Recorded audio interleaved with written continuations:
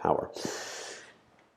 Then, of course, Woodrow Wilson comes on the scene, and all of you have heard of Woodrow Wilson and know perhaps he's responsible for some very important ideas, in particular liberal internationalism.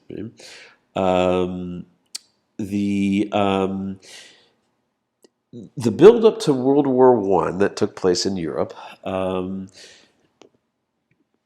only rather slowly drew the U.S. out of its isolationist neutrality. It, tried to kind of stay neutral with respect to the German, Anglo, and French conflict. But eventually it became clear that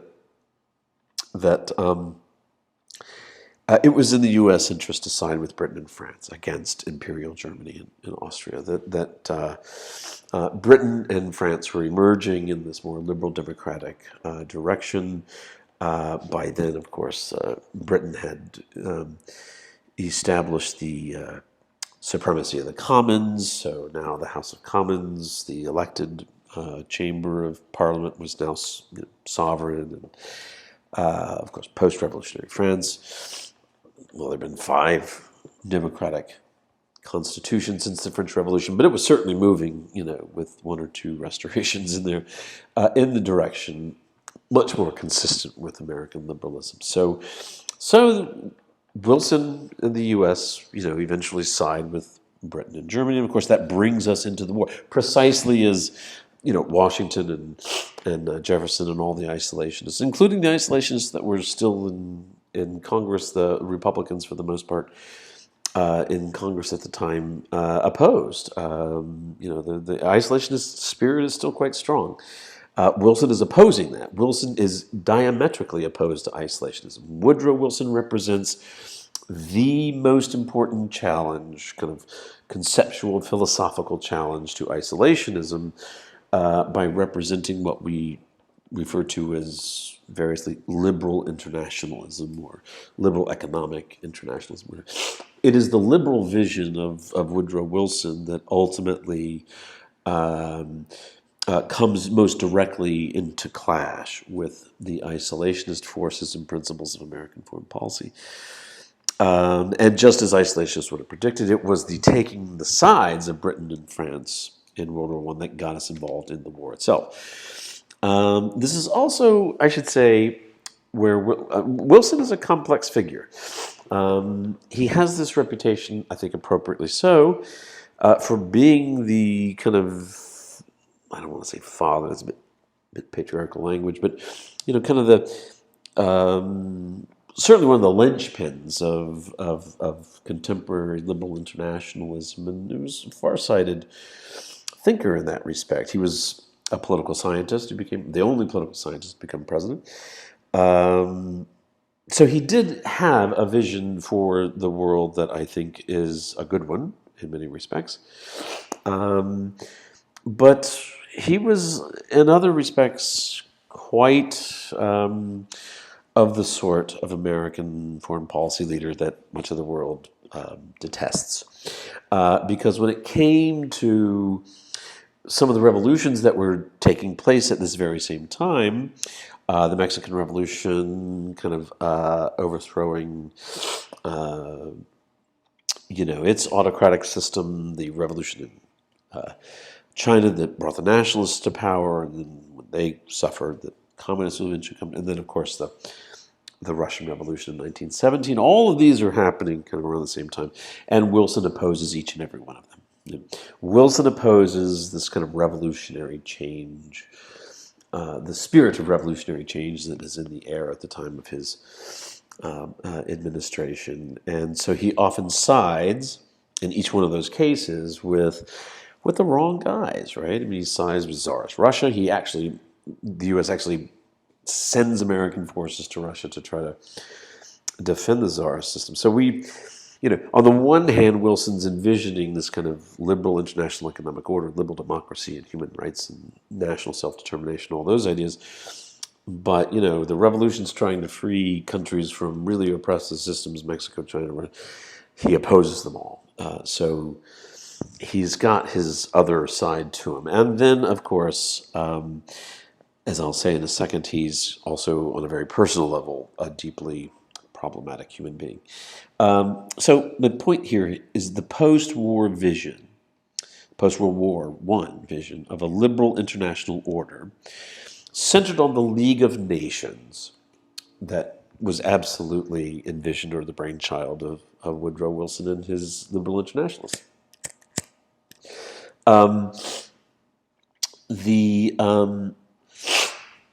The idea, just to give you a sense of why they're so interested in institutions like the League of Nations, is what makes them liberal. Because remember, you Americans in the class, remember we're the only country in the world that uses liberal in the way we use it.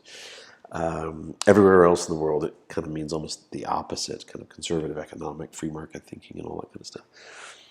For Wilson and his liberal internationalists, the idea is that we could create a new order. One of the central principles of liberal thinking, whether it's John Locke or John Stuart Mill or Adam Smith or, French liberals like Kant, you name it, right? All have a belief in or a faith in the possibility of progress in human affairs. And that extends to international relations. So these liberal internationalists are fundamentally opposed to the European tradition of the balance of power politics, the Realpolitik of Otto von Bismarck of Germany, for example. They envision the creation of a world order grounded in institutions that would facilitate the emergence of trust between states required for the kind of cooperation among self-interested rational states that realists will later come to say is pie in the sky thinking of idealists. The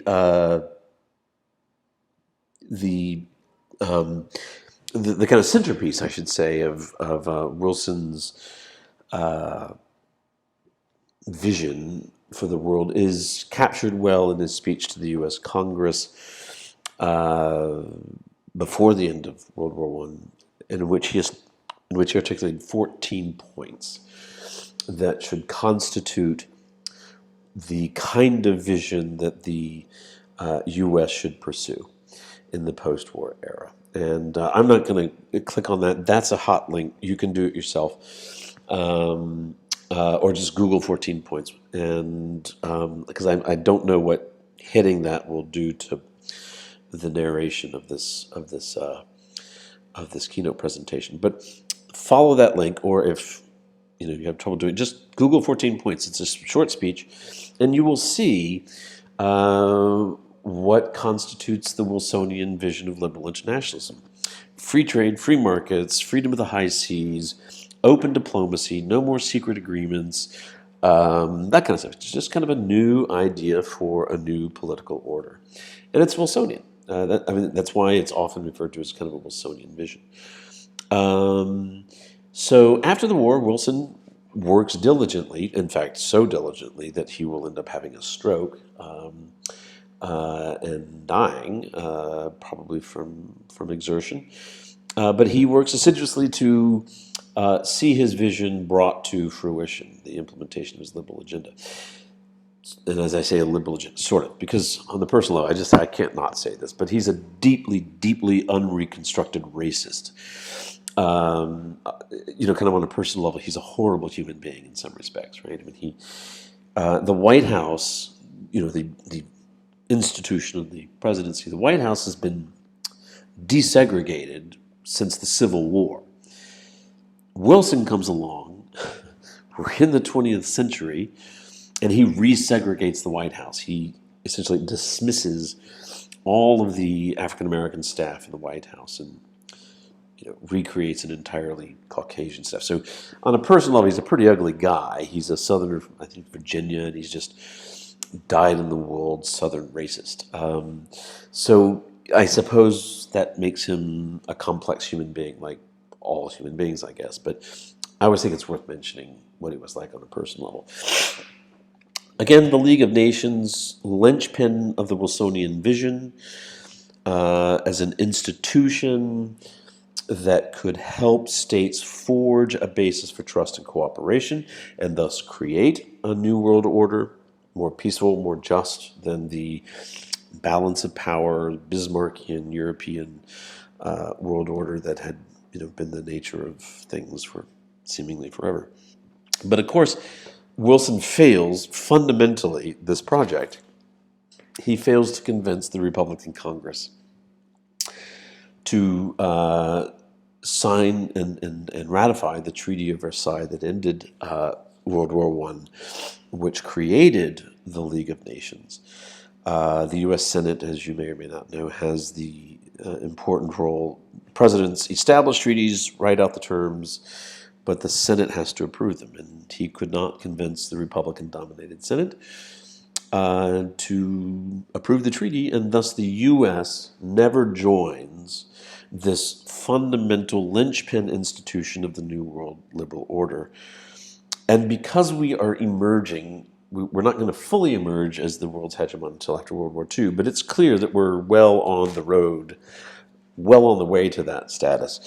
If we don't join the League of Nations, we doom it to failure. And of course, the League of Nations fails. Because the function of the League of Nations, if it had one function, it was to prevent World War II.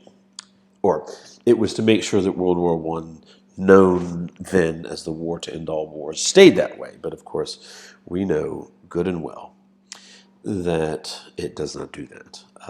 We go back to isolationism. Wilson dies. Literally, he passes away. And with him, it seems, the liberal international vision of the United States that would have transformed American foreign policy from its isolationism to world engagement.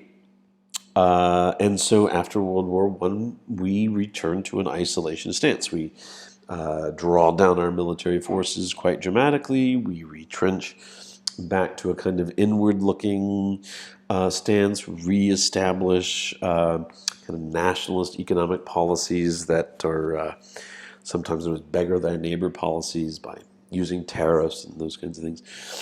And so does the rest of the world, in fact. So does Europe in particular. And as a result of that return to those nationalist economic policies on the part of the U.S. and elsewhere, we get here. So I think it's reasonable to say that the failure of the U.S. to join and help lead the institution of the League of Nations, we end up with World War II. I'm not going to go into the war. We know how it ends. I think the more important points for us is that the U.S. emerges from World War II finally and eminently clearly as the world's leading economic, political, and military power. We eclipse Great Britain. This is the end of British hegemony, right? I mean, this was up until this point. British control of the high seas. The British naval power was unprecedented. A long period known as Pax Britannia, peace by British hegemony, comes to an end. Really, it is said that World War I and World War II were the kinds of conflicts one expects when a hegemonic power like Britain is in decline. So World War II ends with just absolute clarity that Britain has lost its hegemonic status. And the U.S. will now recognize that as the world's leading economic, political, and military power, it really can't turn back to isolationism. It will, in fact, forever reject isolationism as a grand strategy. Now, I know Donald Trump has isolationist tendencies, and who knows where the widespread success of right-wing populist and left-wing populist forces across the globe is taking the world order. But isolationism ends. Finally, so what we talked about is, kind of the founding republic principle of isolationism doesn't really get buried until the end of World War II. And it's largely because it's kind of possible in some respects, right? With Europe in absolute shambles, right, after the end of World War II, and Germany completely demolished. I mean, scorched earth policies work, right? So Europe, Japan in ashes, the atomic bombing of Japan, the firebombing of Dresden, China, other parts of Germany, China in complete disorder. The nationalist revolution now being overtaken by the communist revolution soon. So China in great disorder. It really is the U.S. alone. And it has no longer anything to fear from political involvement in the world, given Europe's in ashes, Japan's in ashes, China's in disarray. We don't have the same reason to fear entanglement that we had when we were a weaker power, and entanglement could have meant getting drawn into conflicts that would destroy us, or have the terms of our entanglement dictated to us by more powerful states. All of that's no longer the case. Right? In fact, it can not just engage in the world; it's going to lead it. Right? But of course, it doesn't stay harmonious for very long. We very quickly end up with the Cold War. Be right back. Okay, so how did we get from allies with the Soviet Union in the war against fascism to the Cold War? Well, if you've started the reading for Monday, you've got a piece written by Schlesinger, oddly, talking as if the Cold War is over, because it was written at a time where there was kind of a emergent moment of détente, or a softening of relations between the Soviet Union and the United States, following the very near disaster of the Cuban Missile Crisis. And so that piece will have a different spin on the origins of containment than the one we're discussing this week, or last week, whatever. So where does it come from? How does the United States end up rejecting isolationism that had really been American grand strategy from the founding of the Republic in 1776 until 1947, 48, 49, 50. I mean, it really lasts that long. With that blip of Wilsonian liberal international efforts that we retrenched from at the end of World War I. Where does this come from? How does it happen?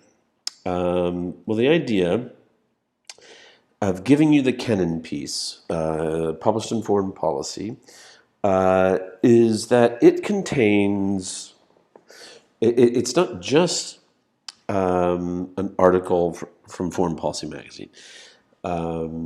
There's a history before and after this article that you read in Foreign Policy magazine that's really quite important to understand for several reasons. One, just to see how important this one person, George Kennan, is in the history of American foreign policy and his ideas, perhaps more importantly.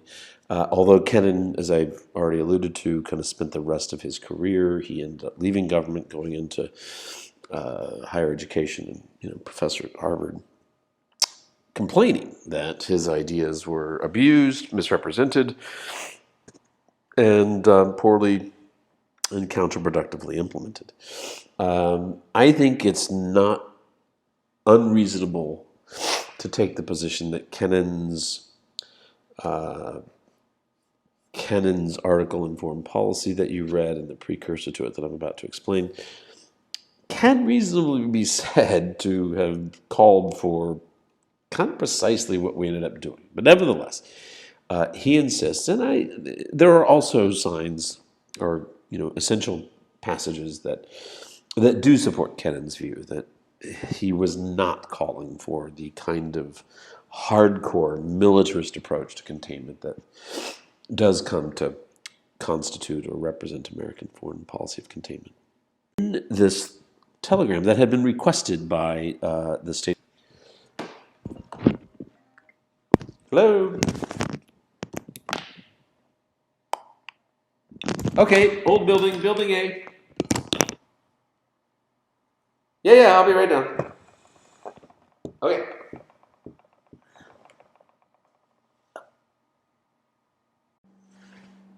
Okay, so I think I failed to hit pause, so I suspect you heard me having a little chat with the delivery guy. One of the shortcomings of this technology is that you cannot just delete portions of the narration. You have to start the whole bloody thing over, and I'm not going to do that. So yeah, my dinner's here. All right. Anyway, the second of the 2 points here about this kind of the complications of Soviet foreign policy being both easier and more complicated. Easier in the sense they get power, they get the understanding of power, so they'll be prepared to yield if we show sufficient force, if the free world is, others will say, adequately demonstrate a will to, take the tough stands that need to be taken. The Soviet Union will back down, and they won't have any compulsion about doing so, because again, it's all part of a historical, inevitable progression towards the inevitable collapse of capitalism. However, what this means is, so it's rational in that sense. It's it's sensitive to power and all that. That, however, means that they're not going to be defeated, or even, as he says, discouraged by these kinds of defeats, right? I mean, if it's all part of an inevitable destruction of capitalism, there's no reason to get discouraged or bummed out by, failing to gain a new client in Southeast Asia or Africa or wherever. They're going to win it in the long run, they think. So Soviet policy is going to be difficult. They're going to be hard to deal with for a very long time, and we're just going to have to, get okay with that. So, what's the, what do we do? Well, Kennan's pretty clear, I think. The patient persistence by which the Soviet Union is animated, that can be effectively countered, is not by sporadic acts which represent the momentary whims of democratic opinion, he says, but only by intelligent, long-range policies on the part of Russia's adversaries, the U.S. leading the free world. Policies that are as steady in purpose as the Soviets and no less variegated and resourceful in their application than those of the Soviet Union itself. Now, I think it's critically important to look at some of this language, just real quick. No less variegated and resourceful. Kennan will kind of look to that language and say, you didn't read me closely enough when you just later decided on a almost uniquely militarist approach.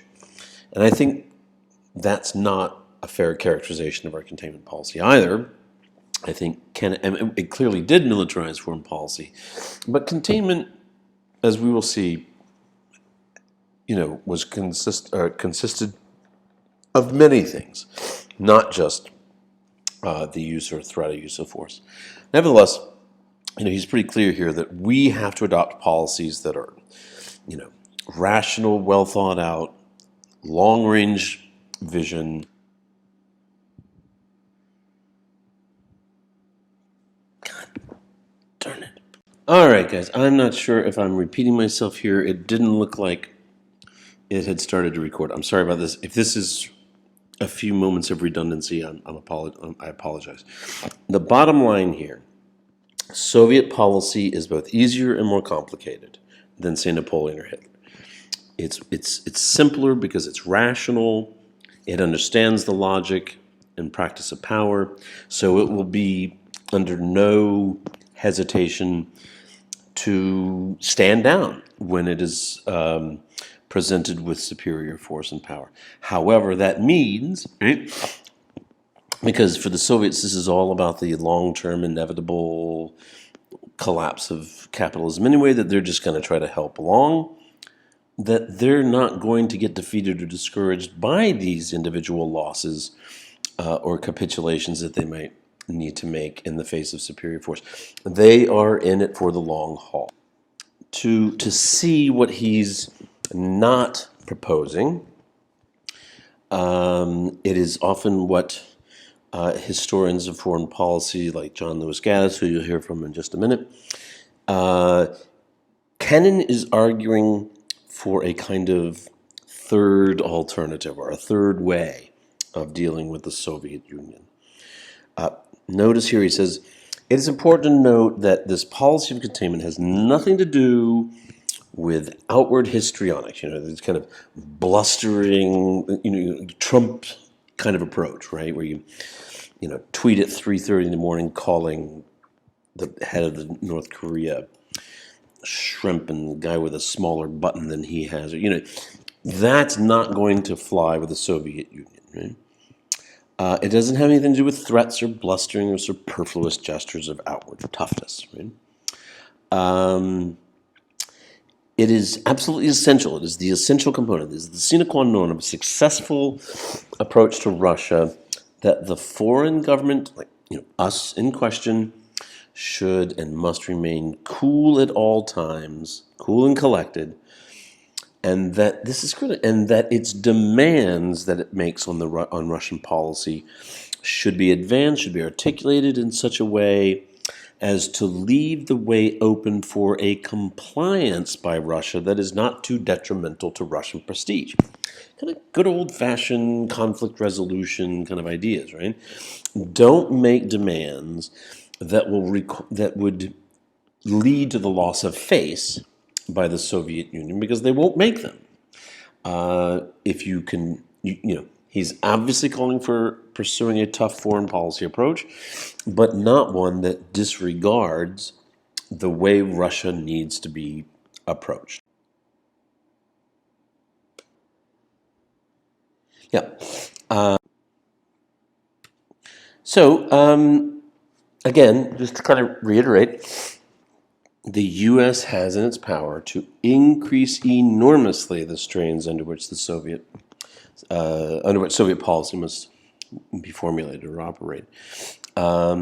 We can force the Kremlin into a greater degree of moderation and circumspection by, this smart, rational, long-term, patient policy of containment, by putting pressure. As you read, he's going to kind of focus on the younger generation in Russia. I mean, he's thoroughly convinced, and I think it's reasonable assessment of Soviet structure and social, the kind of political economy of the Soviet Union, did not serve the economic, certainly the political interests of the vast majority of the Soviet public. So the idea is to, recognize that, do what we can, and that's why for Kennan, containment would have involved cultural exchange, and it does eventually. Cultural exchanges and all those kinds of things that will help the Soviet public see the superiority of the Western way of life, and then put pressure on its own regime to adopt more accommodationist liberal policies. So, as I've said, Kennan, long telegram, then the X article, really do give him an extraordinary place in the history of American foreign policy, because what comes next, right? So the long telegram was what, 46, 45, 46. The X telegram, the X article, I believe it was 1947. Then comes NSC68, requested by Truman of his National Security Council to formulate a strategy, a long-term strategy for dealing with the Soviet Union. Truman has read the long telegram. Now he wants his National Security Council to make a set of proposals about what to do with the Soviet Union. And NSC68, as I've already alluded, as I've already alluded to, really does adopt much of Kennan's framework and ideas, right? However, it's, Kennan's out now by then of the State Department, and he's going to go back to the academy. And in come these, as I say, unapologetic hardline realists, particularly offensive realists, if you guys know the distinction there. Dean Acheson as well. Dean Acheson and Paul Nitze. When we get a chance to watch the film on the Cuban Missile Crisis, we'll get a caricature, not a caricature, I think we'll get a pretty good depiction of Dean Acheson, because he's this old Cold Warrior, principal drafter of NSC68, so kind of known as fighting the Soviets for a long time. And when the Cuban Missile Crisis comes, Kennedy actually reaches out to Acheson and asks him to come to the White House and participate in these very secretive meetings of what he calls the Executive Committee of the National Security Council. So Acheson, hardline, Paul Nitze, hardline realist. Instead of Kennan, who was a Soviet Russian specialist, who had this kind of broader vision of containment, I would argue, those who actually draft the policy documents presented to the President of the United States and that become the actual policies are of a different sort than George Kennan. George Kennan spent, as I've already mentioned a couple of, the rest of his life arguing that these guys, Acheson, Nitze, and the rest of them, misinterpreted and or abused his ideas for an approach to containment. And he actually came to believe that the approach to containment that Dean Acheson and others, set in motion actually became far more dangerous than the thing they were trying to contain, specifically the possibility of nuclear war with the Soviet Union. So he was, for the rest of his life, quite disappointed with the way containment kind of played out. But as I say, NSC is structured quite similarly to and relies on many of Kennan's insights. So as the Long Telegram and others are, right, it kind of has the same kind of structure, right? It starts, however, quite ominously. It's they're selling a package here. They're selling it to President Truman, who they know will then have to sell it to the American people. So the document kind of begins with a very stark, ominous, dark kind of representation of the issue. And it says, the issues that face us are momentous, involving the fulfillment or destruction, not only of this republic, but of all of civilization itself. You will see later that as late as President Eisenhower will speak of the destruction of civilization at stake in the Cold War. So these ideas resonate. They are good PR guys, as well as kind of political strategists. They are issues, they say, which will not await our deliberations. So, this is an unhelp. This is scary, basically. We don't have time to think about it, is what they're saying. We just need to act. We need to act now, right? With conscience and resolution, this government and the people it represents must now take new and fateful decisions. And that's just language that should bother anyone. If you're talking about embarking on an entirely new, radically different grand strategy that indeed poses the risk of nuclear Armageddon, and you're saying we don't have time to even think about it, you should think about it. But nevertheless, that was their approach. So what are these issues that they're referring to? Well, they're, again, kind of Kennan's ideas, right? The implacable purpose of the slave state. Notice this is darker, more contentious language than Kennan is using to describe the Soviet Union, but it's many of the same essential ideas. out to eliminate the challenge of freedom, and that has placed the two great powers into this intractable conflict. It is this fact which gives the present polarization of power the quality of crisis. In the view of the Soviet Union, the threat moving toward an existential threat rapidly, right? And they, kind of go through this analysis of what's going on in the Soviet Union, the build-up, and they were building up their military. They're always talking throughout the document about this growing gap and the falling behind of the U.S., falling behind the Soviet Union in terms of military strength and power. And they look at things like, the USSR is spending 40% of its GDP on the military, which is actually quite an extraordinary percentage of GDP. That's actually similar to like 16th century spending on military, when upwards of 75% of a crown's budget went to the military. And the U.S. was only spending 22%. So they were saying, clearly we're going to fall behind at this if we continue this, to allow this disparity in spending to continue. However, it's important to note, right, that 40% of GDP for the USSR totals about $65 billion a year, while only, I kind of had that wrong, 22% of GDP for the USA is $255 billion a year. So, yes, we're spending less as a percent of GDP, but because the size and productivity of our economy, that's almost 4 times we're spending yearly on the military in the Soviet Union. But they still represent that as dangerously inadequate, right? So they're kind of creating this sense of crisis. So they suggest there are 4 basic possible courses of action that the president can consider.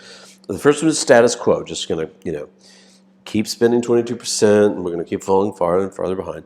Go back to isolationism, give up on the idea of engaging in leading the New World Order. Offensive war, again, I told you that there were serious voices in the foreign policy establishment that were advocating surprise attack against the Soviet Union with nuclear weapons. And then there's Kennan's third way, and that's the one that they're obviously arguing for. But again, they have, in Kennan's view, and in some respects I think he's right, a much more militarized conception of containment. Quote, a more rapid buildup of the political, economic, and military strength of the free world, with the purpose of reaching, if possible, a tolerable state of order among nations without war, and of preparing to defend ourselves in the event that the free world is attacked. So it's, again, absolutely the epicenter of Kennan's principle, that is, we don't have to do war and we don't have to capitulate. There is this third way that makes Kennan memorable. Kennan's basic idea that containment could lead the Kremlin to eventually change its ways was maintained in NSC68. To quote the document, to create political and economic conditions in the free world, backed by sufficient force, so we can have that strong foreign policy, to inhibit Soviet attack, so that the Kremlin will have to accommodate itself to these conditions and eventually change its policy. This is Kennan re-articulated in kind of more forceful terms in NSC68. But as I said, the nature of that firm, constant pressure was not entirely what Kennan seems to have had in mind. The proposal is essential to establish and lead an international, I think this is actually might surprise some people. NSC is calling for American hegemonic leadership of a new world order. Now, these are hardcore realists, right? Atchison, Nietzsche, and these guys. Yet they are, as Deutsch says in the article that I had you read, even containment was in some significant way predicated on liberal international values. These guys in NSC68 are calling for the construction of an international liberal economic order backed up by sufficient military power to defend and to defend that order, and by kind of deterring Soviet attacks on it, Um, and they offer a truly, truly, truly global liberal internationalist vision. When they talk about what the U.S. needs to be prepared to do and who it needs to be prepared to defend, the list is extraordinary. So they start with, obviously, the homeland and our neighbor Canada. Don't mention Mexico for some reason. And then secondly, we need to be prepared to defend our traditional allies, the United Kingdom and Western Europe, but also Alaska, the Western Pacific, and Africa, right? And the Near and Middle East, right? So we are talking, NSC68 is visioning global hegemonic role for the U.S., right? And nothing less than that. It's clear that it is heavily dominated by a military dimension, in particular offensive realism. The idea that the call is for the need for an offensive capability, not just an ability to defend against attack, but an offensive capability to strike first with a powerful and defeating strength, so that we can pursue this, quote, strong foreign policy that will deter Soviet aggression. Their thinking was, if you read NSC68, and again, I think I'll post it for you in case you're interested, their historical analysis is that World War I and World War II were won by the militarily more powerful, but those victorious powers were not powerful enough to have prevented those wars by having been able to pursue pardon me, a strong enough foreign policy prior to the outbreak of war to prevent war. And that's what they're saying we need to do, is build up such a degree of offensive military capability that we can pursue the kind of strong foreign policy that was not possible and therefore did not prevent World War I and World War II. So, military. The political and economic dimensions are clear too. We need to pursue programs designed to build and maintain global confidence in our economic system and our leadership of it. Right? So again, these realists are nevertheless clearly accepting principles of what we'll come to know later as kind of neoliberal institutionalism or the liberal school of international relations theory. They are talking about the building of a new world order predicated on liberal internationalist principles, guided by the hegemonic power of the United States, backed up by the military force of the leader of the free world and its allies. This will allow us to increase, or this will also involve an increase in economic assistance to developing countries that could, be sitting on the fence, go Soviet, go Western, increase our economic development assistance to poorer countries, and be prepared to maintain those assistance programs as long as they are necessary. And so here we see, I can't remember if I put it, no, I did not. This is really what we call today, or constructivists call, the securitization of development assistance. It's using development aid for national security purposes. Right? They also call for substantial, obviously very substantial, but they're never clear about how much exactly this is going to cost. They say it's going to cost more, they're going to have to raise taxes, Americans are going to have to make sacrifices, but they are never willing to put a price tag, anything like a price tag, on their policies. And that's the sort of kind of pathetic weakness of Atchison and company. They are making very clear what the issues are, what the threats are, and what's needed, and yet they're not willing to put anything like a dollar price tag. And, they've got plenty of ways they could have estimated, and they just never do. And I think that's irresponsible. It's undemocratic. It's non-transparent because, as we'll see in a little bit, it's reasonable that a democratic republic and a public in a democratic republic have a right to know that what they're being asked to do will cost X or somewhere in the neighborhood of X, and yet they're just never willing to go there. We need to increase our military assistance to our allies and partners, and again, maintain that assistance for as long as it seems necessary. Call for an increase in covert operations of advancing. So this is pretty, leads to some pretty nasty stuff. This will lead to, the use of covert instruments, and later in the course we'll explore these more directly. But they're saying, let's be prepared to engage in covert activities, and that will not just mean intelligence gathering, but of course will mean the overthrow of unfriendly governments, or what they see as unfriendly governments, from Mossad in Iran to left-wing governments in Latin America that were democratically elected, like Pinochet in Chile, that bring in brutal, horrible dictatorships who commit mass atrocities against their people, but they are not in the Soviet camp. So it's going to have a pretty nasty element to it as well. Also develop internal security, which is also rather frightening, because what this will lead to is the use of the FBI by Herbert Hoover to spy on the Black Panther Party or liberal organizations. It will directly lead, I think, to what's known famously as the Red Scare in the United States, where Senator Joseph McCarthy will lead for several years a campaign to call out these hidden communists in the United States, and that will help destroy, actually, the State Department, because he will go after bureaucrats in the State Department in particular, and particularly those with expertise in countries that are now communists, so those with Russian specialties or Chinese specialties.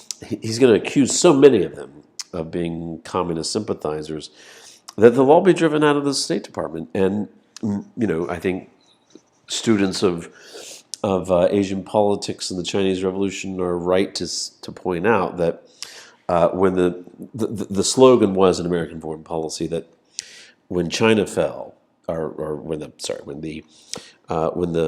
Mao won the revolution in China, it was described in the U.S. as having lost China.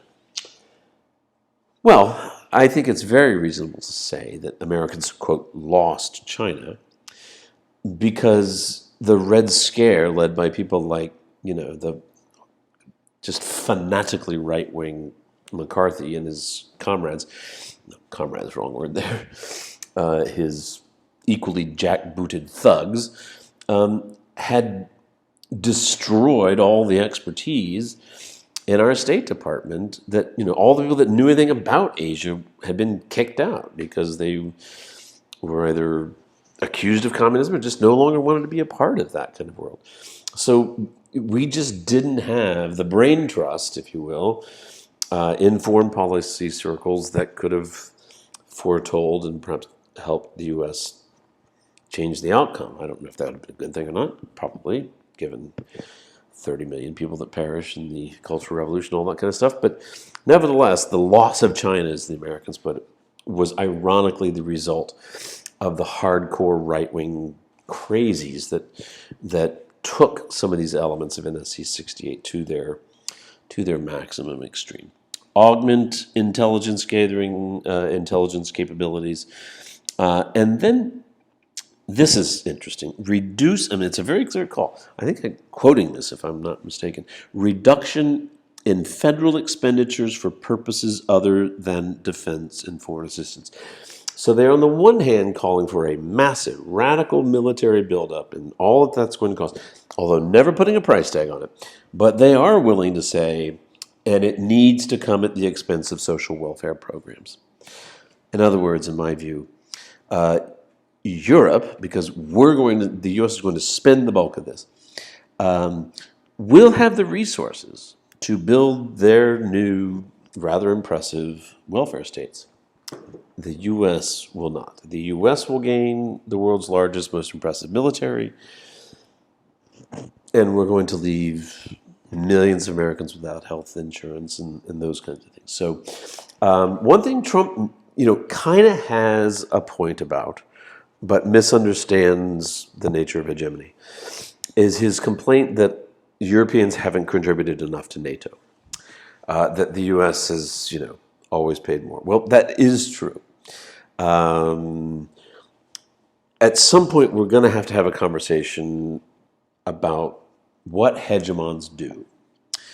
And that's one thing that Trump just doesn't understand, is that one of the things that hegemonic powers do, whether it's Britain during the period of Pax Britannia or all the way back to Rome and Pax Romana, hegemons help produce what are called public goods, things that markets don't produce and have these certain qualities, like security, global security, or environmental cleanliness, or what. Public goods. Hegemons produce those for world orders, and they do so often allowing others to kind of free ride. The reason they allow that free riding is because the hegemon benefits to a greater degree than anybody else by the order that they are establishing.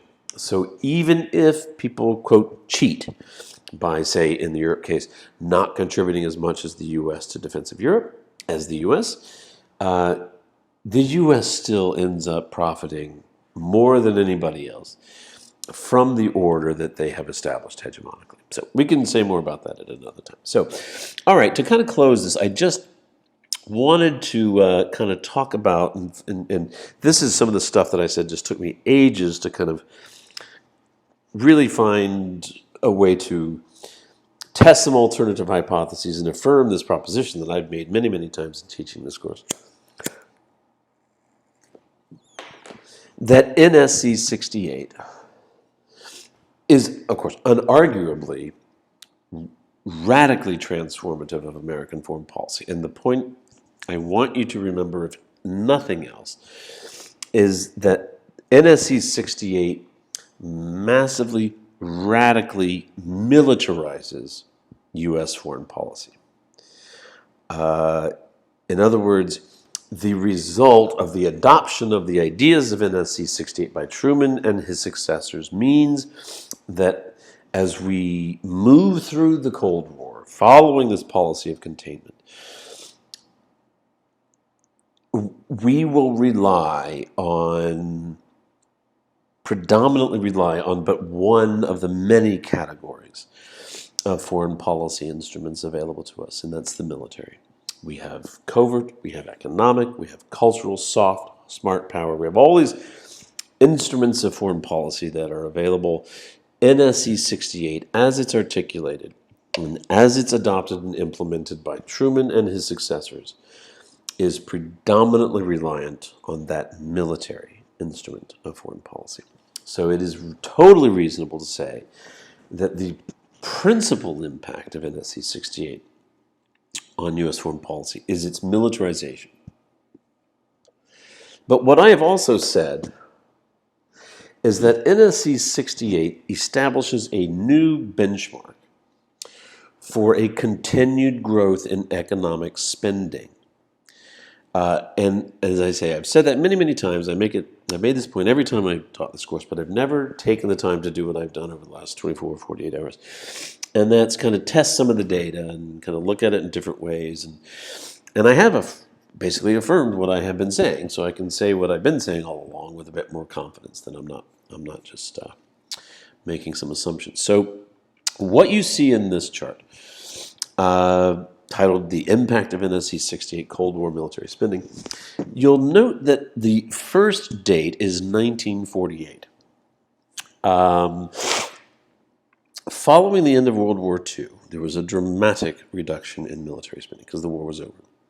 So it falls in 1947, 1948 to $157 billion. Now, these are all, I've adjusted all these figures into 2012 dollars, and I can at another time tell you why I chose 2012. But so all these figures that you're going to see are constant dollars are 2012, accounted for inflation, so that when we look back at earlier numbers, those numbers are what they would be worth in 2012. So in 1948, we can see here that military spending was $157 billion. Now, that's right about the time that Cannon writes the long telegram, then the X article, and then in 1950, NSC68 is written and gets adopted, and boom, you can see that jump from 208 to $354 billion. That is the initial escalation of military spending called for by NSC68, and I should say made possible by the Korean War. Once the Chinese got involved in the Korean War and pushed the American and Allied forces from the Yalu River all the way almost to the bottom of the peninsula, that convinced the American public, Congress, that, yep, we face an implacable threat. And so the spirit and the letter of NSC 68 finally gets what it needs. In fact, I think it was Dean Acheson or Paul Nitze. One of them said, Korea saved us. They think without the Korean War, the NSC 68 formula would not have been adopted. But it was. And you can see that from that period, now there's variation. You can see ups and downs, but the trend line that is statistically fit to this data is a direct, clear, positive increase from year to year. Right? I mean, it's an upward slope, and I've even calculated the slope of this fit line. Right, and I'm just going to say a couple of things about some of the numbers. You don't have to remember all the math here, but I just want to point out a couple of things here. The y equals 6.6x. Right? What that means is that according to the best fit line, for every year that you move forward, you get, on average, an increase of about $6.6 billion in U.S. spending. Right? And that starts with NSC 68. So that was my initial kind of proposition that I wanted to kind of confirm. So this first chart shows that because of NSC 68, we get this dramatic spike in spending, and then though there is reductions and re-escalations, and that trend line shows that throughout the whole of the Cold War until its very end, for every year we advance through the Cold War, we spend an extra almost $6.7 billion more on military spending than the year before. The R squared figure, I don't, we don't have to go into the statistics of that, but what that number means, at 0.69, says that this model, this year-to-year model, explains about 70% of the variation in year-to-year spending, right? So those fluctuations, the up and down, and the general direction of upwards over time, about 70% of that variation is explained simply by year-to-year movement through the Cold War, which, again, I argue suggests the long-term impact of the initial implementation of NSC 68. But I wasn't. And then the other figure, the plus 241. So if you remember your algebra or whatever, y equals mx plus b. That b is the intercept across the y-axis, and that y-axis on the left there, the numbers 100, 200, 300, 400, those are in billions of dollars, right? Notice that the trend line predicts that we would cross that y-intercept at the amount of $241 billion spending. But because of that massive spike, thanks to NSC 68 adoption, it overestimates that intercept by about $100 billion, right? If you look at that 1948 figure, that's really where the beginning crosses the y-intercept at 152 billion. So that also shows the impact of NSC68. The trend line established over the course of the Cold War as a result of NSC68 adoption means that we spend every year about 6.7 billion more than the year before on military spending, regardless of what's going on, regardless of external conditions, right? Just on average, every year, add $6.7 billion to military defense. And it post-dicts where we should have started, given how much we end up spending, by about $100 billion. So the NSC68 is clearly quite influential. Now, the next chart I've got here is looking at spending trends prior to the adoption of NSC68. So this is defense spending from the beginning of the 20th century, 1900, up to 1947, into World War II. And as you can obviously see, for most of the first half of the century, very little growth in military spending. Two spikes, World War I, and then the massive spike in World War II. And so that trend line is heavily influenced by the World War II spike. If it weren't for that World War II spike, that trend line would be essentially flat. But as it is, because of World War II, we get an increase over the period, averaged over the period of 8.2 billion every year, only because World War II is such an enormous, extraordinary, unique explosion in spending that it skews the data for the entire period.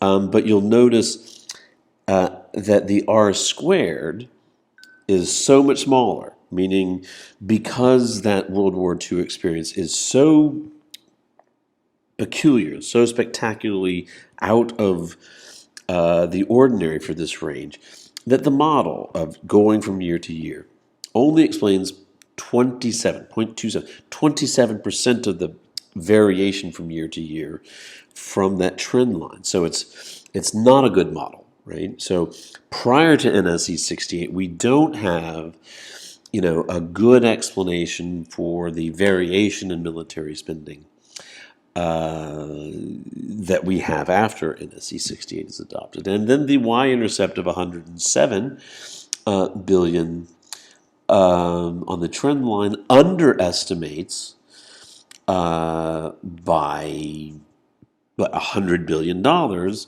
the actual amount of spending at the onset of that period. And that's, again, because the trend line is so heavily skewed by World War II. So what this suggests is, in comparison to the post-adoption of NSC68, which gives us a model that explains 70% of the variation in spending, so it's a much better fit. That line much better fits the data. A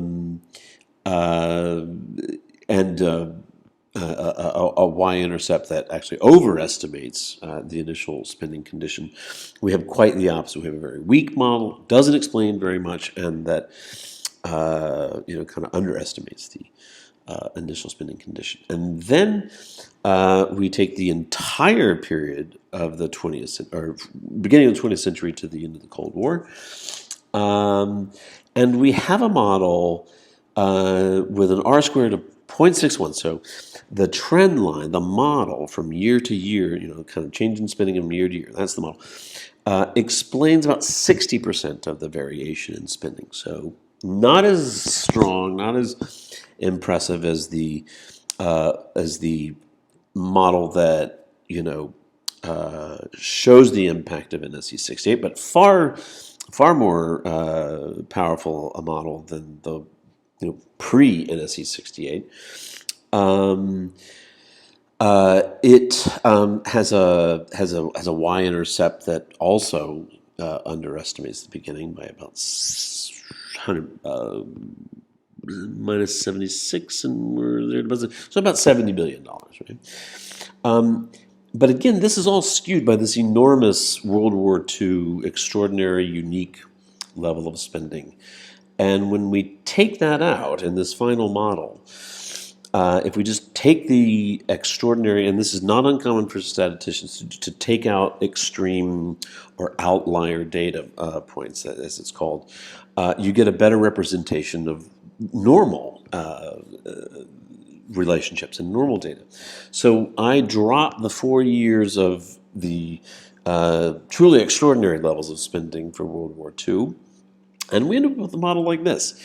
A model that says, on average, over the course of the 20s, from the 20th century to the end of the Cold War, a yearly increase in military spending of $7.2 billion. Just 1 year after the next accounts for about an additional $7.2 billion in spending.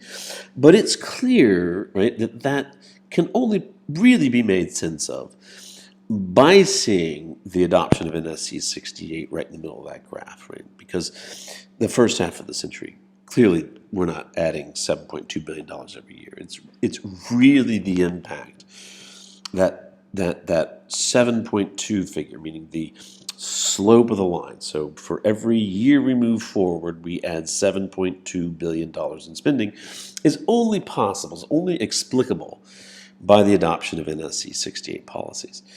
The R squared, how much of the variation in spending from year to year is explained by the model? 85%. So it's an extraordinarily powerful model. And it too has a y-intercept, that trend line, intercepts this y-axis on the left at negative 109, a negative $109 billion. So again, it shows that in the absence of the adoption of NSC68, or perhaps conversely, with the adoption of NSC68, the model underestimates what we would be spending by about $102 billion, right? So it just kind of shows, in multiple ways, I think I've tried to show here, that the adoption of NSC68 in 1950 and then the Korean War that made it, selling it to the American people possible, leads to, you can see from that point on, a permanent, regular, yearly, with variation from year to year, but over time, a trend line that is clearly positive and fairly linear, adding $7 billion a year to defense spending, regardless of conditions. And that, my friends, I think is the impact of NSC68. Now, there are other explanations. We're reaching the 2 hour and 34 minute. I think what we have here are just a couple of clips that I'm going to show. The first one is really interesting. It's President Eisenhower's farewell, and I've parsed it down to 6 minutes. President Eisenhower served from the post-Korean War, 1953 to the end of the decade, when Kennedy became president. President Eisenhower, if you don't know, before he was President Eisenhower, was General Eisenhower. In fact, not just any old general. He was the supreme Allied commander in World War II, in charge of all the Allied. He was a military man his whole life. He served 50 years in public office, 8 of it as president, the rest of it in the military. These are his final remarks to the American people, and I want you to pay attention to 2 or 3 things he has to say here about what we need to be vigilant about. And then we're going to see precisely what he warned us about. Because what I'm saying here is, yes, NSC68 had a very clear, very demonstrable effect on not just the militarization of American foreign policy, but the spending increases that just continue to escalate throughout the rest of the Cold War period. But there are other explanations for what we see. And President Eisenhower, on his way out, has this to say.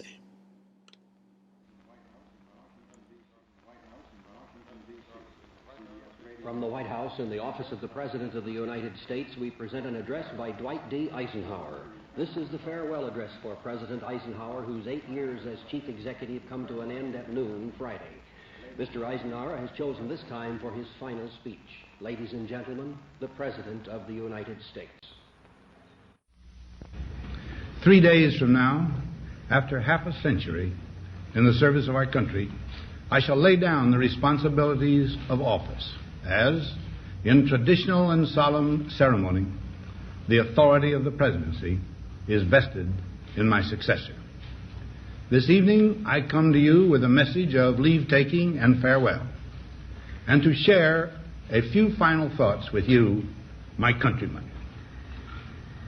We now stand 10 years past the midpoint of a century that has witnessed 4 major wars among great nations.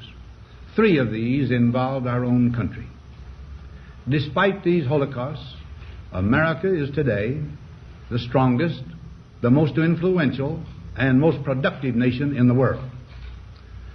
Understandably proud of this preeminence, we yet realize that America's leadership and prestige depend not merely upon our unmatched material progress, riches, and military strength, but on how we use our power in the interest of world peace and human betterment. Progress toward these noble goals is persistently threatened by the conflict now engulfing the world. It commands our whole attention, absorbs our very beings. We face a hostile ideology, global in scope, atheistic in character, ruthless in purpose, and insidious in method. Unhappily, the danger it poses promises to be of indefinite duration. To meet it successfully, there is call for not so much the emotional and transitory sacrifices of crisis, but rather those which enable us to carry forward steadily, surely, and without complaint, the burdens of a prolonged and complex struggle with liberty the stake. Only thus shall we remain, despite every provocation, on our charted course toward permanent peace and human betterment. Crises there will continue to be. In meeting them, whether foreign or domestic, great or small, there is a recurring temptation to feel that some spectacular and costly action could become the miraculous solution to all current difficulties. A huge increase in newer elements of our defenses, development of unrealistic programs to cure every ill in agriculture, a dramatic expansion in basic and applied research. These and many other possibilities, each possibly promising in itself, may be suggested as the only way to the road we wish to travel. Good judgment seeks balance and progress. Lack of it eventually finds imbalance and frustration. The record of many decades stands as proof that our people and their government have, in the main, understood these truths and have responded to them well in the face of threat and stress. But threats, new in kind or degree, constantly arise. Of these I mention 2 only. A vital element in keeping the peace is our military establishment. Our arms must be mighty, ready for instant action, so that no potential aggressor may be tempted to risk his own destruction. Our military organization today bears little relation to that known of any of my predecessors in peacetime, or indeed by the fighting men of World War II or Korea. Until the latest of our world conflicts, the United States had no armaments industry. American makers of plowshares could, with time and as required, make swords as well. But we can no longer risk emergency improvisation of national defense. We have been compelled to create a permanent armaments industry of vast proportions. Added to this, 3.5 million men and women are directly engaged in the defense establishment. We annually spend on military security alone more than the net income of all United States corporations. Now, this conjunction of an immense military establishment and a large arms industry is new in the American experience. The total influence, economic, political, even spiritual, is felt in every city, every state house, every office of the federal government. We recognize the imperative need for this development, yet we must not fail to comprehend its grave implications. Our toil, resources, and livelihood are all involved. So is the very structure of our society. In the councils of government, we must guard against the acquisition of unwarranted influence, whether sought or unsought, by the military-industrial complex. The potential for the disastrous rise of misplaced power exists and will persist. We must never let the weight of this combination endanger our liberties or democratic processes. We should take nothing for granted. Only an alert and knowledgeable citizenry can compel the proper meshing of the huge industrial and military machinery of defense with our peaceful methods and goals, so that security and liberty may prosper together. During the long lane of the history yet to be written, America knows that this world of ours, ever growing smaller, must avoid becoming a community of dreadful fear and hate, and be instead a proud confederation of mutual trust and respect. Such a confederation must be one of equals. The weakest must come to the conference table with the same confidence as do we, protected as we are by our moral, economic, and military strength. That table, though scarred by many past frustrations, cannot be abandoned for the certainty agony of disarmament of the battlefield. Disarmament with mutual honor and confidence is a continuing imperative. So, I think President Eisenhower has an extraordinary message. Of course, this farewell address is most famously remembered for the expression, the military-industrial complex. Actually, the original version of the speech was coined, the term was military-industrial congressional complex, but he was convinced to drop that out for fear of alienating congressional allies. But what he's saying is what perhaps some of you suspect, and we'll talk about later in the course. This could have waited until later in the course, but I think it's appropriate. Remember, this is former General Eisenhower, commanding general, supreme Allied commander of the forces of World War II, telling the American people that there is this ominous development in American politics, this conjoining of influence and power constituted by an enormous military establishment and an enormous, vast military defense armaments industry, Lockheed Martin and Traco Aerospace and all these guys. And their very close set of relationships, as we'll see in another clip, sometimes called an iron triangle if you've studied any of that sort of stuff, where you got these very strong, long-term, lifelong sometimes relationships between bureaucrats in the executive branch that deal with defense issues, with very long-term and very close relationships with executives of the interest groups representing, or the lobbyists representing the vast armaments industry that he's talking about, having the capacity to determine not just the military implements that we acquire, but the strategies that they inform, and therefore the policies that we pursue. So he's making a remarkably disconcerting prediction or observation about an emergent an emergent property of American politics that he is clear in suggesting is undermining the democratic processes of foreign policy making by putting our foreign policy making and the spending decisions that are at the center of that into the hands of these representatives of the military-industrial complex. I think that is what the speech is most remembered for, and I think it's appropriate that that's the case.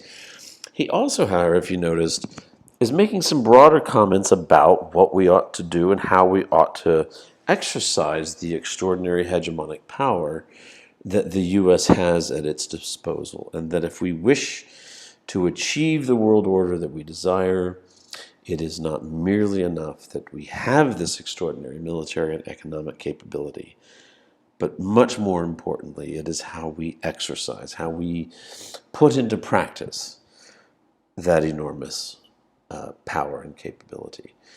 And if we do not do so in the interest of a fair and just world order, one at which weaker countries, the weakest countries, are welcome at the table as equals with the powerful, we are doomed to fail in our efforts to create the kind of peaceful world that we say we seek. It's a remarkable farewell address from a man who spent 50 years in service of his country, 42 of them in uniform, and at the end at the very highest level of command authority. So what I'm suggesting here is, yes, I think I have, in the last 48 hours, found plenty of statistical evidence tested in a number of ways. I think my model is pretty clear that we can explain the ever-increasing defense spending throughout the period of the Cold War, irrespective of external events, merely by what was put into motion by the adoption of NSC68. But President Eisenhower is telling us there's something else to the story, and that other part of the story is that decisions like armaments acquisition, how much we're going to spend and what we're going to spend it on, is no longer necessarily in the hands or in the purview of democratic processes. It is potentially being taken away from us and into the hands of the military-industrial complex. It's quite a disconcerting message, and I think his subsequent message about how we use that power is something that has been lost on some modern presidents like Bush and perhaps even Obama, and the use of drones. And certainly I think President Trump has very little sense of what it means to be a responsible hegemonic power trying to create a world order that's both in the interest of the United States and the rest of the world. Okay, so to give you an example of what Eisenhower feared, let's look at the F-35.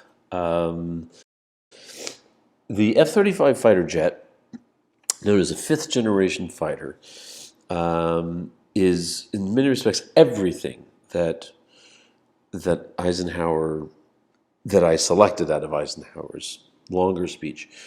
The faith, the kind of blind faith in technological solutions to complex problems, no matter what the cost, no matter what problems there may be with this miraculous solution, as he called it. And despite, as we'll see, the very early and very significant problems with the F-35, it still moves forward, despite extraordinary cost overruns, and despite very serious problems that remain with the F-35. So here's a 5-minute clip giving you, I think, a picture of contemporary manifestations of what President Eisenhower warned us about. The F-35 is the jet that ate the Pentagon. It's devouring the budget, and it's devouring the Pentagon's air capability. What it looks like now is we're probably going to spend twice as much as we thought on the system. You're talking about $1.5 trillion. $1.5 trillion for a plan that so far has not worked. At a time when they're cutting the budget for cops and teachers. It's extraordinary, phenomenally expensive, and it's never been in combat. The airplane is so complex and horrendously designed that we'll be lucky if we can fly it every other day. It won't be ready for combat on the current schedule until about 2019, almost 10 years late. The biggest beneficiary of the F-35 is Lockheed Martin. War profiteering is a very easy source of money if you don't worry about what's right and wrong. Lockheed Martin getting $36 billion a year of our tax money, and much of that rolls over into profit. These people are being paid with our tax dollars because most of the money that these defense contractors bring in are taxpayer dollars through government contracts. I think a lot of what the contractors do is basically legalize greed. The F-35 was sold as sort of this great bargain for the country. The whole purpose behind F-35 was to develop a family and lower the total cost. The idea was we could make the unit cost of this very inexpensive if we got all the services, the Air Force, the Navy, and the Marine Corps, to buy a version of the F-35. We're very focused on giving the taxpayer and the Department of Defense very good value for a dollar that is spent. But it's just this Rube Goldberg contraption where you've got all these complex things that you're trying to do building around the same airframe. It tries to do all sorts of things, none of them well. So there was this whole series of things that it could not do. So in that sense, it was probably the worst possible choice in terms of an affordable aircraft. But it's great for Lockheed Martin because they're going to have cost overruns because they're not ready. They don't work yet. And they're going to fix the things later at our expense. But they're already building them in the hundreds. Right from the start, Lockheed had a terrible program plan to make sure that the money flow would never get interrupted. And that was the idea of concurrent development. Concurrency is a wonkish term for buying the airplane as you're developing it and purchasing what you think are going to be combat-ready models before you've finished the testing. And by the time you've tested the airplane and realized it's a disaster, you've already bought a huge number of them. You're committed, as we say in the Pentagon, you've gotten pregnant, right? And that's the whole purpose of concurrent development, is to get the public, the taxpayer, the Congress, everybody committed to this flow of money before you know anything about whether the money is going for anything worthwhile. Lockheed Martin is the #1 defense contractor in terms of spending. Since 1989, Lockheed Martin has made more than $21 million in campaign contributions to Congress. So Buck McKeon, for example, who heads the Armed Services Committee in the House, gets $750,000 for his campaigns just since 2009. And then for the defense industry, the lifeblood on Capitol Hill is lobbying. When big defense contractors pay lobbyists in Washington, it's actually some of the best money they spend. The return on their investment tends to be huge. They have 1,000 lobbyists or more, about 2 for every member of Congress. The amount of money that's gone into making sure that this plane kept flying, that the development kept going. There's been so much spent on this in terms of convincing Congress and convincing the American public, too, that this is a wonderful plane. And of course, they're funding about 1 out of every 10 members of Congress as part of the Joint Strike Fighter Caucus. Members who've got maybe part of an engine built here, tire is built there, and they get behind it because they can say, you know, it's jobs for my district. The defense manufacturers are selling big time the jobs they say they're creating. What we found there was that the numbers were grotesquely inflated. In other words, they don't just count line worker riveting wings at the Fort Worth plant, they also count the McDonald's off the plant because somebody going home is going to buy a Big Mac. And that, of course, is the job generated by the F-35, they claim. That's an effort to get the hook in with members of Congress, to intimidate them that if they side against the airplane, there's going to be X number of jobs lost. They'd say, oh my goodness, this is going to cost 1 million jobs. Never mind whether it works or not, you know. We got to keep building it because we got to keep people working. But the defense budget is a lousy engine for jobs. If you take any dollar of government spending, education, health, or just tax cuts, you get more bang for the buck than you do in defense. $1 billion it's about 11,000 jobs if you put it into the military. Transportation generates about 17,000 jobs, about 19,000 if you put it into healthcare, even more if you put it into education. Putting all that spending back into the private economy generates more jobs than are generated by military spending.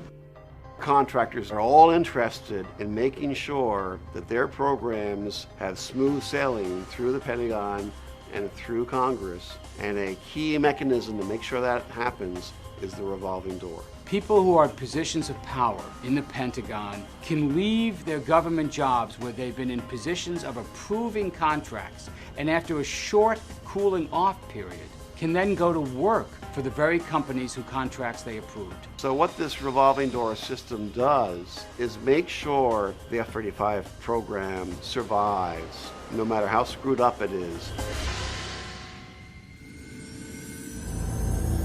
The F-35, touted as a tremendous boon to American air power, in fact, is a terrible weakening of American air power. Every extra F-35 we buy means American air power has gone downhill. First of all, simply because every one we buy will be essentially useless in combat and a danger to the pilot. Secondly, because of the huge expense. There's huge overhead.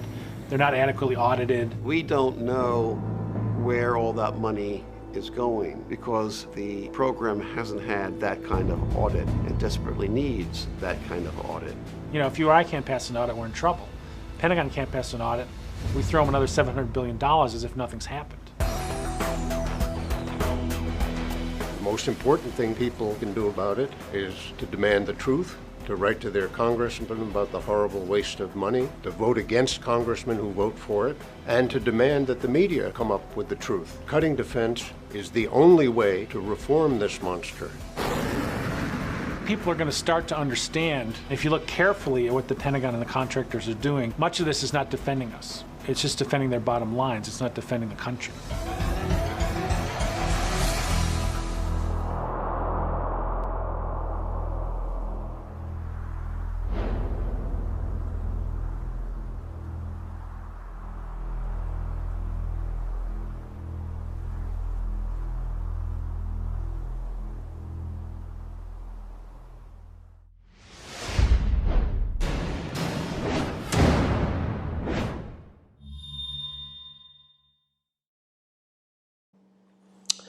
So what you've seen there, and I'm going to try to wrap this up as quickly as possible. There's another quick slide on the legacy of George Kennan. Let me just first update. The F-35, this joint fighter aircraft, known as a fifth generation. When we get to the section on military instruments of power, we'll talk more about the revolution in military affairs. It's the F-35 is the quintessential manifestation of what's called the revolution in military affairs. It's an aircraft described as comprised of systems of systems. It's what's called the fifth generation. It is part of what gives, or is supposed to give, the American military total battlefield awareness. But the problems that they identify, and could have done a slightly better job of identifying the very significant problems with the F-35 that still exist, include what are there's sort of different categories of problems with military hardware that we're acquiring. Category 1 is the worst degree of problem with, say, a new tank, a new whatever. In this case, the F-35. And at the time, well, no, I'm sorry, this is 2019. As late of 2018, there were still a dozen Category 1 problems with the F-35, including a number of Category 1A problems which are of such seriousness that they threaten the lives of pilots and the aircraft itself. The other Category 1 problems with the aircraft are mission-threatening, deficiencies or shortcomings. One of the problems, or one of the many problems, is that Congress is very quickly, at the point of this, at the time of this little clip was made, was very quickly approaching the point at which it needed to make final decision about whether to fully acquire, fully pay for, kind of the final installment, if you will, on the F-35 program, which comes to a total price tag of about $1.5 trillion. $1.5 trillion for an aircraft that at that point had, 10 years late, never seen combat, and could not fly responsibly. And the schedule established by Lockheed Martin itself indicated that a number of the Category 1 deficiencies would not be resolved by the time that Congress needed to make its FRP, this full, what's the acronym stand for? The point at which Congress decides, yes, we're going to fully acquire this and put it into full production. A slight update to this: it has now seen combat. It in this film I think this is made in 2015. The F-15, 10 years behind schedule, had yet to be flown in a combat mission. Well, in April of this year, the F-35 did fly successful combat missions. But many of the problems still persist. Some of these include, for example, cockpit overpressurization, which creates intense pain in the ears and sinuses of the pilots that make it difficult for them to maintain control of the aircraft. Inadequate thrust in